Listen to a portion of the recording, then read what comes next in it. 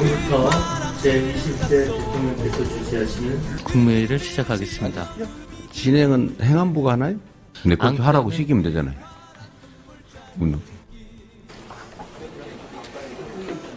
우리가 쓰는 1시간은 5,200만 시간의 가치가 있다. 그만큼 영향이 큰 거죠.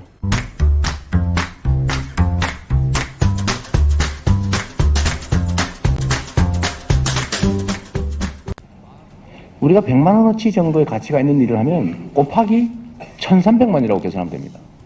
곱하기 1,300만의 효과가 있다. 내가 쓰는 1시간은 1,300만 시간이라는 얘기를 제가 그래서 말씀드린 건데, 이 공직자가 뭘 해야 되냐라고 할 때 뭐 이거 해야 된다 저거 해야 된다 얘기가 많지만, 저는 공정한 기회를 만들어주는 게, 또 공정한 질서를 유지하는 게 정부의 역할, 공직자의 가장 중요한 역할이라고 생각해요.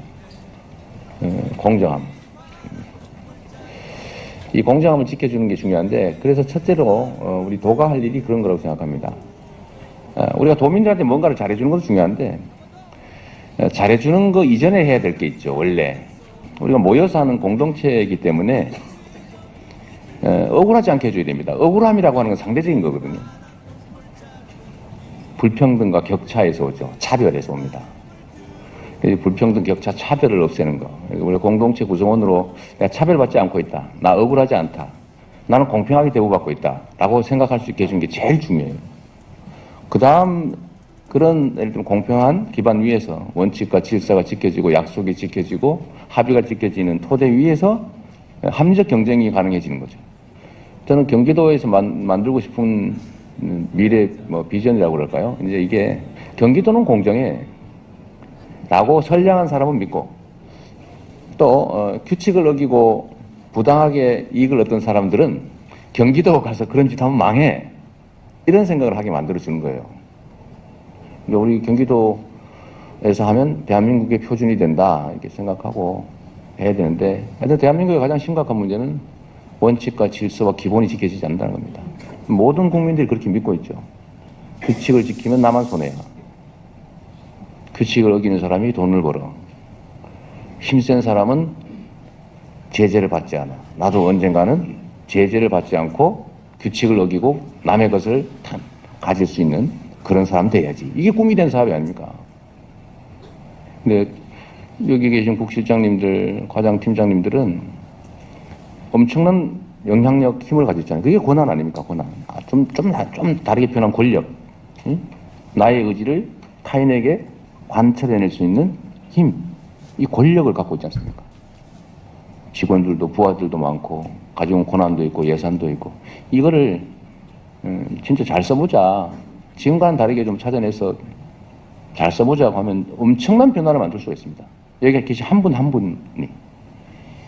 그래서 좀 자부심도 가지시고요, 또 사명감도 좀 가지시고 좀 그래주시면 좋겠어요.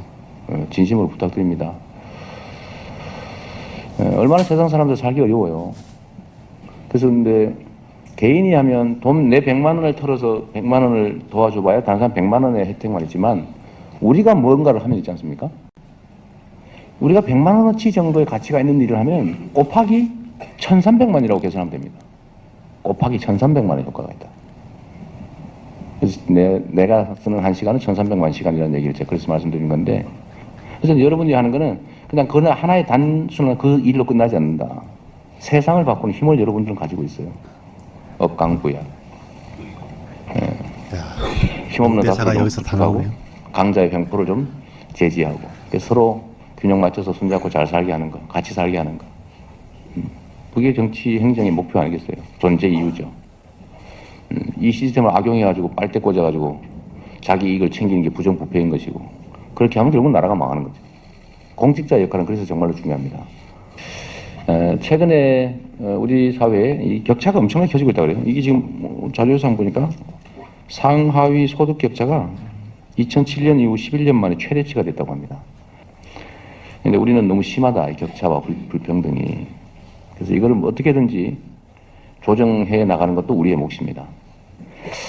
국토보유세와 기본소득 관련돼서 이런저런 요새 논쟁이 좀 많이 있습니다. 그래서 여러분들한테도 이 문제에 대한 생각을 한번 해봐달라는 취지로 이 말씀을 드리는 거예요.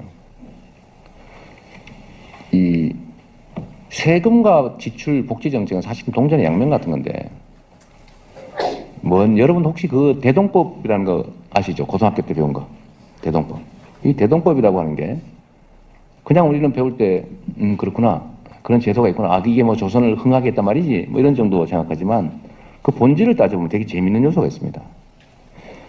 세금을, 즉 부담과 공력을 사람에게 부과할 것이냐, 재산과 이익에 부과할 것이냐의 엄청난 논쟁거리였던 겁니다. 공물 또는 세금을 호 단위로, 옛날에 호 단위로 부과했으니까, 사람 단위로 부과를 하게 되면 돈이 있든 없든 가난하든 부자든 힘이 세든 약하든 똑같이 부담하게 됩니다. 힘센 사람은 전혀 부담이 안 되는 거예요. 돈 없는 사람은 엄청나게 부담이 되는데 돈 많은 사람은 전혀 부담이 안 돼요. 똑같으니까. 이게 요즘으로 치면 뭡니까? 간접세죠.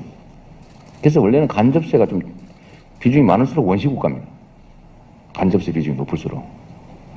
그런데 이 세금을 사람이 아니고 재산과 이익에 부과하기로 한 게 그게 대동법이죠. 다수의 서민들이 살판이라는 겁니다. 그래서 조선이 갑자기 흥하게 되죠. 근데 이게 저항이 엄청났던 겁니다. 이게 정도전이 하려다 못한 거 아니에요. 그게 하려다 몇백 년이 걸려가지고 겨우 한 겁니다.